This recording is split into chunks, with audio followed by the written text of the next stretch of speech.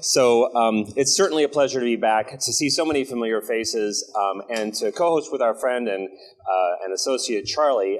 So on the paper, it said this was a WideOrbit presentation, but it really is a joint presentation between WideOrbit and Durham Radio, because we're really talking about Durham's dream and how WideOrbit played a small part in it. So anyway, it is a case study, and what they did is, as Adam was just saying, at the news station in BC, which is Wave. I just need to figure out how to use the computer. Which is Wave. Thank you very much. 98.3. It was just launched last month over out in Vancouver. Right. So, so congratulations on that. And there's no local engineer. You're obviously here, and it's not exactly a quick day trip to Vancouver. No, it's a bit of a drive when you load all your tools in the car and take a week to get there. Yep. So therefore, simplicity and reliability were pretty important. And you found that virtualization was the answer. So our friends at Durham, Charlie and our friend Ron, whom I saw back there, okay, you're gonna like wave if we go too far off the camp, you're gonna like wave, I hope, okay? So, they've been a happy Wheatstone and Tie-Line customer for 15 years. Obviously companies with really good products that are well known in the industry have worked well for Durham for a long time. And of course, Durham embraced Hyper-V about a decade ago. And of course, we all know that's Microsoft's Windows on Windows virtualization platform. And Durham adopted WideOrbit, WideOrbit 4. WideOrbit 4 in 2017. And you've been running it under Hyper-V since then. And that's, for those who are familiar with the WideOrbit Automation for Radio system, that's all components, but especially the radio server component, which is the main driver behind WideOrbit Automation for Radio version 4 and 5. So your idea, and Ron's idea was, can these products be fused together in kind of a proof of concept manner to help drive down the cost of the Vancouver build-out and the implementation? And can you reach a savings of 50%? Was kind of the question. So, you remember to use the clicker here. So, why virtualization? Well, it reduced your hardware spend by leveraging your existing Hyper-V platform that you already had in place for other things. And I'm going to use the word equipment here because, of course, we're all familiar with equipment that you rack in racks. So now you can reduce your spend on that kind of by bolting on Vancouver to Oshawa. For example, on the WideOrbit side, you already have a WideOrbit system running in Oshawa that's running the stations there. By simply adding an additional playlist to that Oshawa system, for Vancouver, not only do you have to not buy new hardware, but the overall cost of the WideOrbit implementation was reduced because there was only need for an additional playlist. And of course, it also puts most of the equipment in Oshawa, where you and Ron are located, and it improves your reliability and your redundancy. So I'm going to turn it over to Charlie now to talk a little bit about this map and what it is. So this is the current embodiment of Wave 98.3 in Vancouver, otherwise known as CIWV. And you'll see the studio build is a pretty simple build. It's just basically an M4 mic blade for 4 mic inputs that allow it to be processed locally. It has its own virtual mixer in it that can mix local audio content that is generated at the studio. That is connected through a Tie-Line gateway back to the Oshawa plant. The Oshawa plant has all of the playout. So the radio automation, the radio audio playout is all in Oshawa and is all mixed down in Oshawa. There's a confidence feed sent to the studio in Vancouver via the Tie-Line gateway. And then their audio is brought back and mixed in a final mix that is sent to the transmitter, to our HDs in the GTA, to our stream in Montreal, all sent out of Oshawa. The transmitter site is basically what we're using is a Gates. What is it? The Gates. Yeah, but no, it's not an Interplex. What's the model transmitter? It's a Flexa or Fax. Yeah, Fax. Is it a Fax 2 or Fax 2.5? Fax 2. And we're 1100 watts TPO. There's an Aurora 8IP blade in there to do some, or a processing blade actually in there as well, to do some processing at the transmitter site. We have failover audio, emergency failover audio, which is a third-tier failover play-out system at the transmitter site. If everything, all the ISPs go off the air. Gee, I wonder if that's ever happened. And, of course, the tie-line gateway at the transmitter site. This is the current iteration. In our Oshawa plant, of course, we have our central server, our dual redundant radio servers, which are all virtual machines sitting in our own Oshawa cloud network. And the universal radio client is available at any point, anywhere, to control, voice track, manage the WideOrbit system on the fly in real time.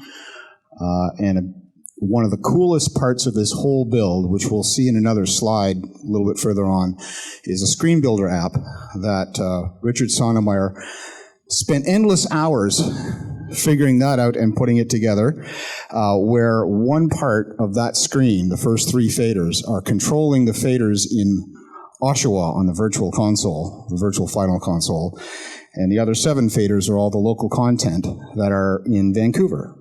And it's all on one screen, all available for the jock to use. The interesting part of this is, think about this. When they go to touch a fader on the left-hand side of the screen, for that fader to move, it has to travel 8,000 kilometers. And it works. So, that's the current iteration. And so we have a look at what it looks like. So here we have an Air Talent with her computers and a microphone. So that is Tara Jean, our morning show host on Wave 98.3. So as you can see, she firstly has her is this a cup? Oh, it's a speaker. Oh, it's a volume control. Okay, I'm like, she has her cup and her pen, so she's set. You built it. And her sticky notes, so, okay. I didn't go. Okay, so she got her volume control. As you can see, she's got her internet computer there. She's got her screen builder, which we're going to look at in a second, and then my personal favorite screen here, and we have a close-up here as well. You can see her previewing something.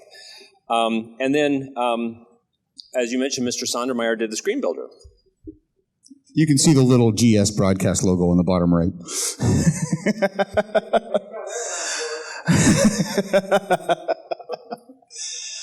So yeah, that MCR remote bank is controlling the virtual mixer that's in a blade in Oshawa. That is the final mix before air.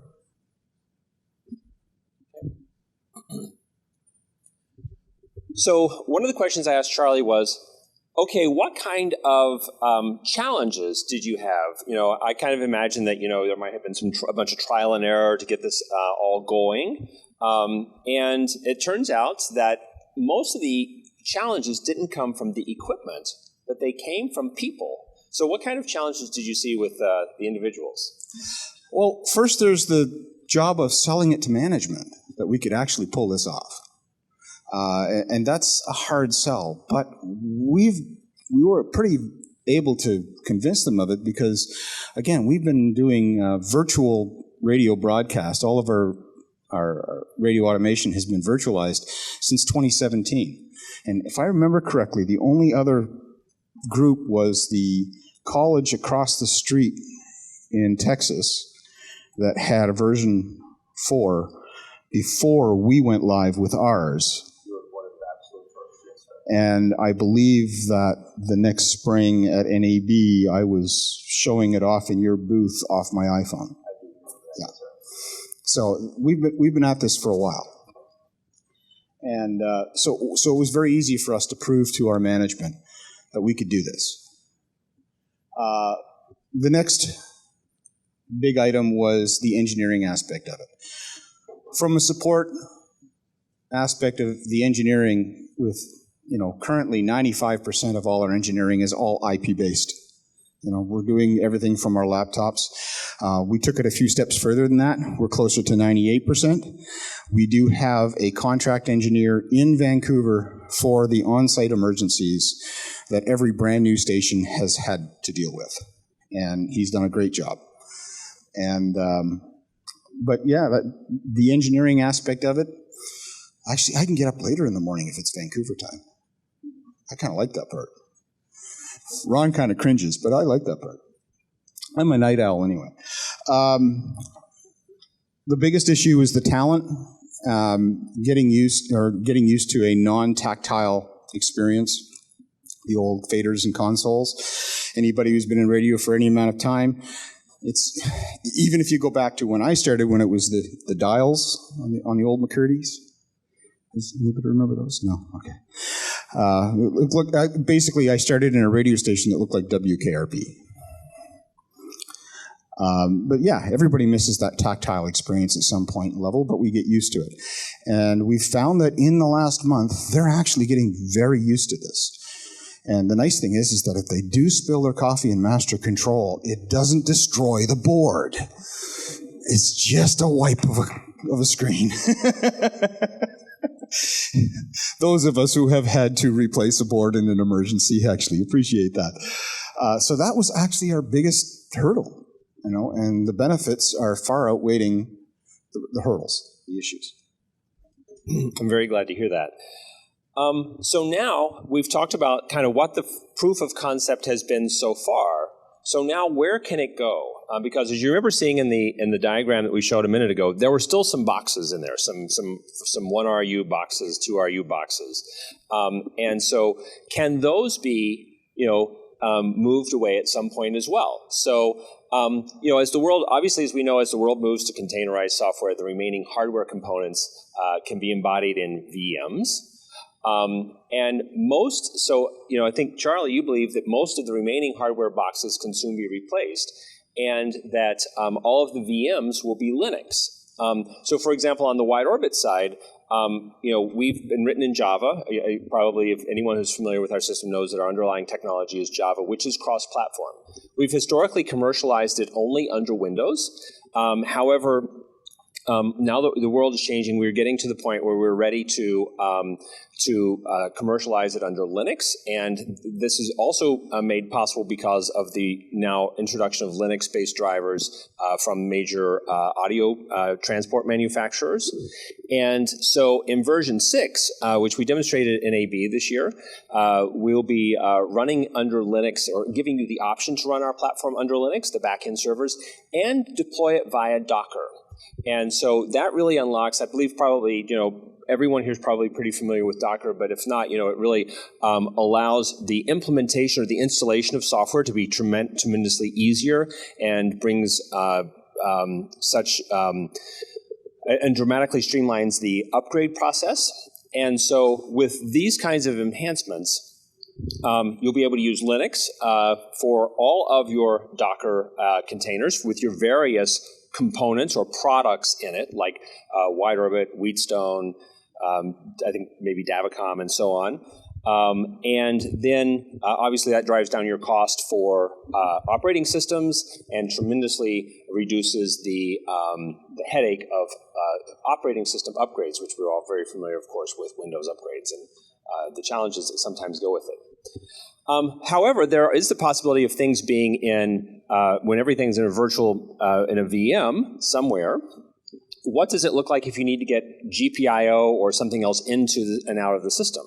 And of course, there are many options for this, but one of them that I know that Charlie has found to be useful is the MEXM card from Davicom. So I've been talking with Davicom since NAB. This idea kind of started really formulating at NAB this year, where everybody was complaining about a chip shortage and the extremely long wait times of getting equipment developed and built and put into installation. And the idea of how much of this can we virtualize started to come about.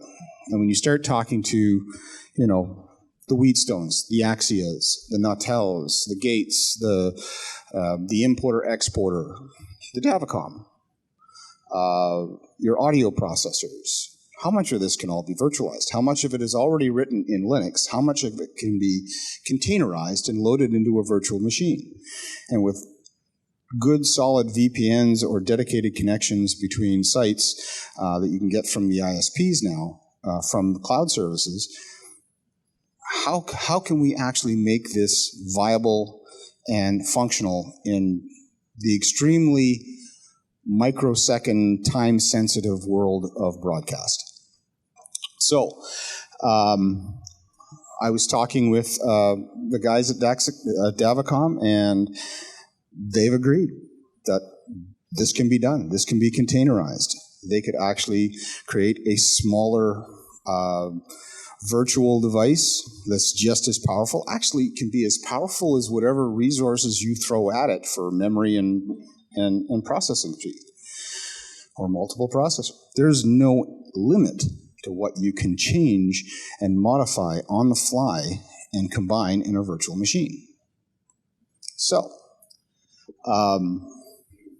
next slide. Yeah. So I come up with this idea. So there's still a blade at the studio. And actually, we could actually have another balloon that I thought about after Deb worked so hard on this, is it could be an iPhone or an iPad with a 48 kilohertz mic could probably do the same thing. But studio, simply a blade, a touchscreen computer for your virtual console, your radio automation, headphone, mic. That's it. You could put it in a box and send it to them. Transmitter. If you're going HD radio and you're combining it all in a complete digital package going to the studio from the importer-exporter, what else do you need besides the transmitter, the cable to the antenna, and the antenna? Maybe some GPIO, maybe put a Mexim card in there. That's pretty much it. Everything else would be cloud-based. All of your WideOrbit, your audio codecs, a SIP server to send and to receive phone calls, put callers on the air. Your virtual console is actually sitting in there as well. It can be mixed down. It can have all the fun and features of a fully functional console with bus minus. Your version 4 blades, the Wheatstone blades, for example, or the new Axia nodes, that can all be virtualized. They're all Linux-based. And I know Darren's not here, but I know the guys from Ron Paley Broadcast and GS Broadcast can, they've seen some of the Gen 4 stuff, I believe, right? Yeah, okay. It can be virtualized. It is a Linux platform. And at NAB, that was the discussion we had, because before they had a working model for the floor, they had it virtualized in the lab so they could play with it and test it. All of your audio processing, your importer-exporter can be virtualized. It's a virtual machine, containerize it, putting it in the VM. Even your logger and your Davicom. And if you can think of something else, it can probably be virtualized. It's probably already a Linux device sitting in your rack now. The Sage NDEC is a Linux device. It could be integrated into this.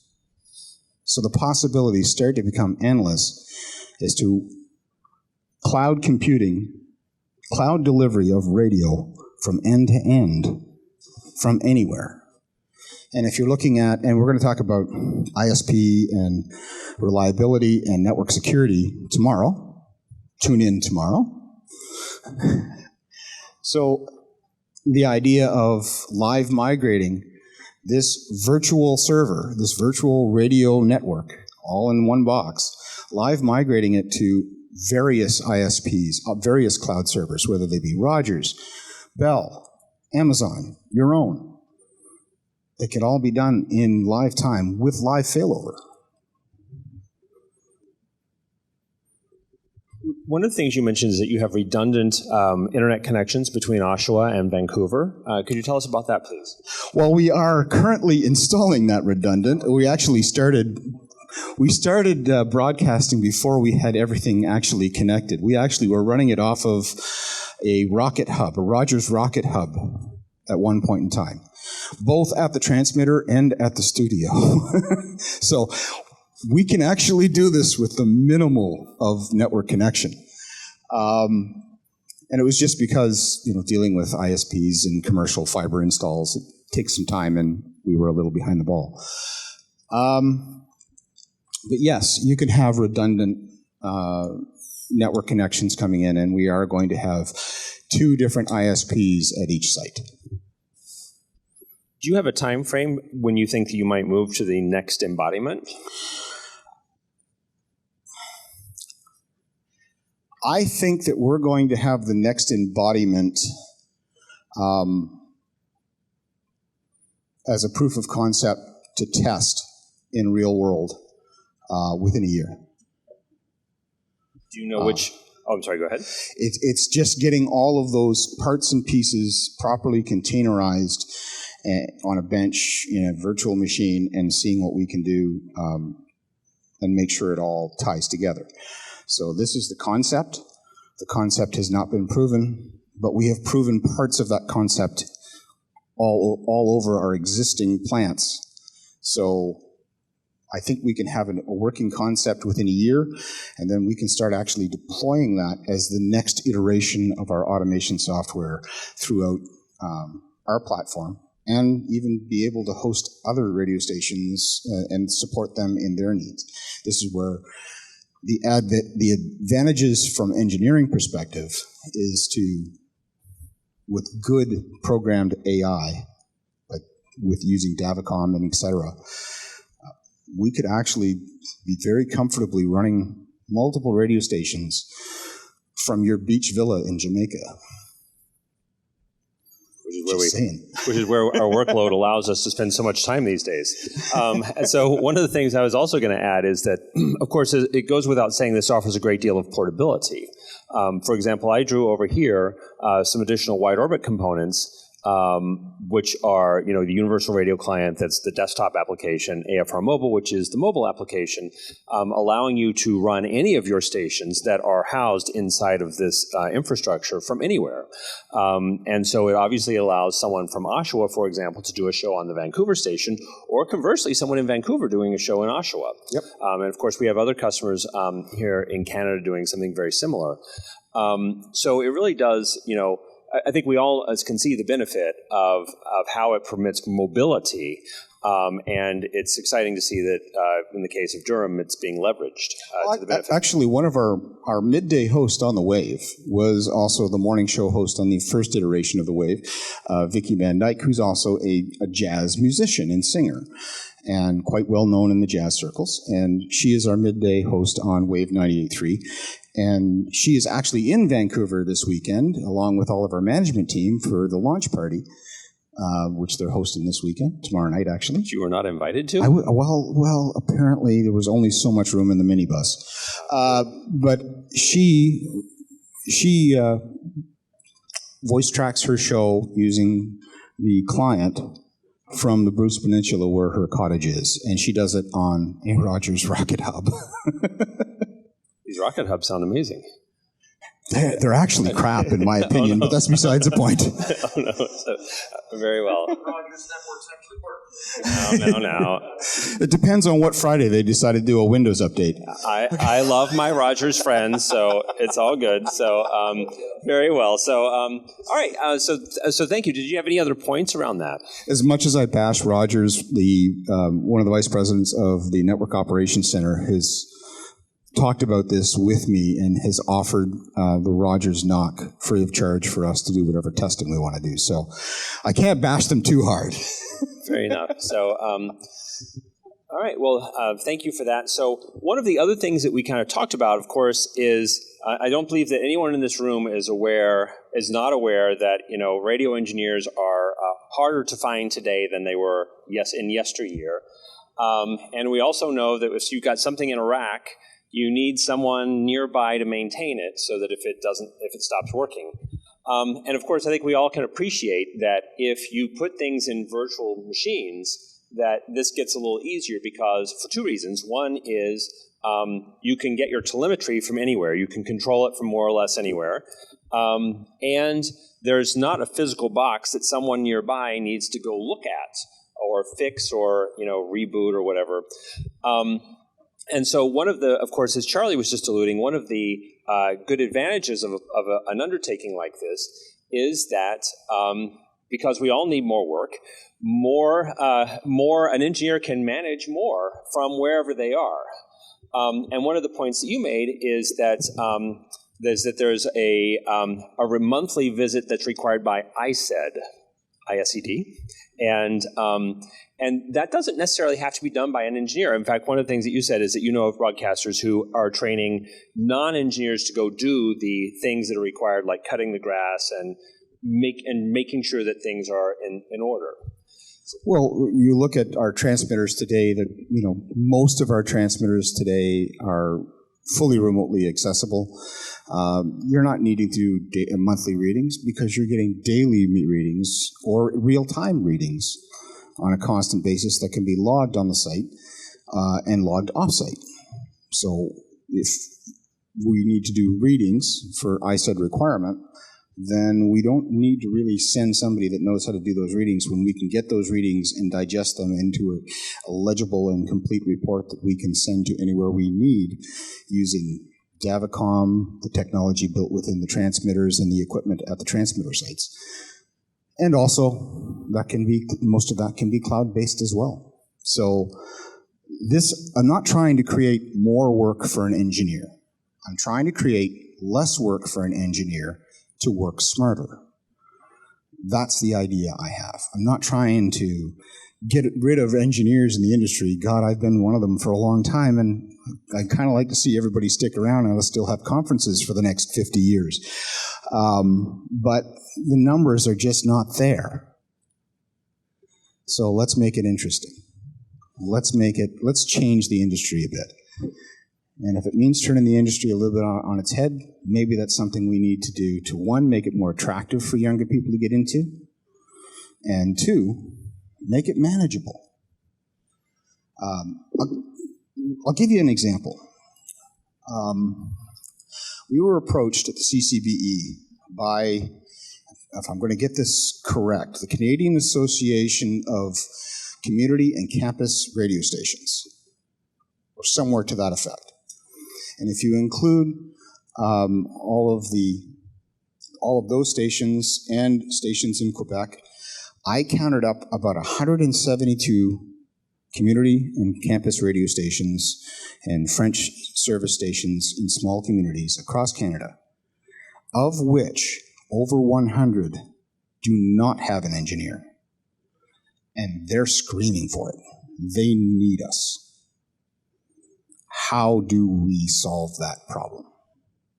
Because that monthly visit isn't happening.